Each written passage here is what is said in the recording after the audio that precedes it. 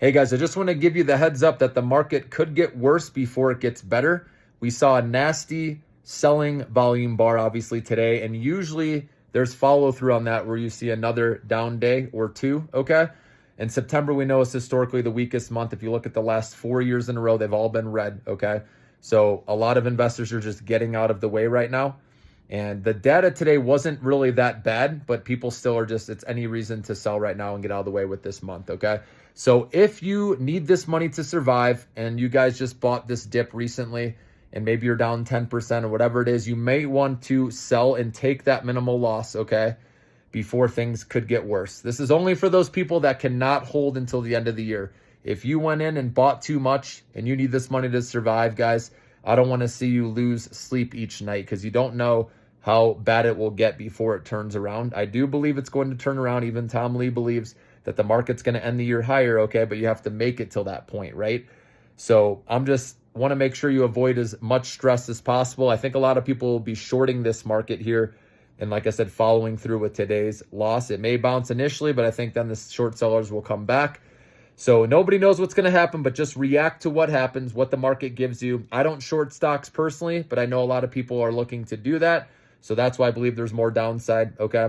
And NVIDIA just got that bad news again that they're being subpoenaed that over possible anti-competitive practices, but they're looking for evidence. There's no proof, and it wasn't just NVIDIA, it was other companies as well. But again, another reason why stocks could go lower tomorrow and people shorting. So want to make sure you're prepared going into tomorrow. If you don't want to see more losses, right, and you're okay taking a loss first thing tomorrow morning, remember you can even sell in pre-market if you want with a limit order, okay?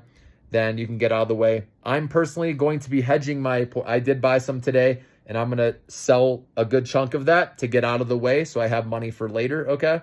And that's my plan. I'm going to be able to wait it out, though, till the end of the year. I know it's going to end up green. So this video is more for those people who are in a pickle right now that put too much in, okay, that need that money to survive.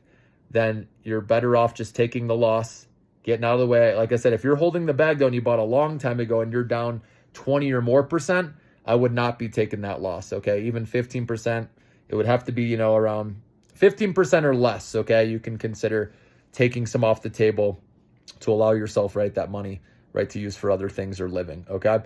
So anyways, it stinks when the market's like this, guys, but this is part of trading, right? It happens, and you got to weather the storm a lot. If you're ever going to go the distance and make the big bucks, guys, you got to get a stomach for it, and that's why you got to know your risk tolerance. You got to know put in money that you can afford to lose, right? But I know a lot of people don't do that. They try to get rich. They put in everything they have, and then they're sitting there like, holy shit, I'm screwed, right?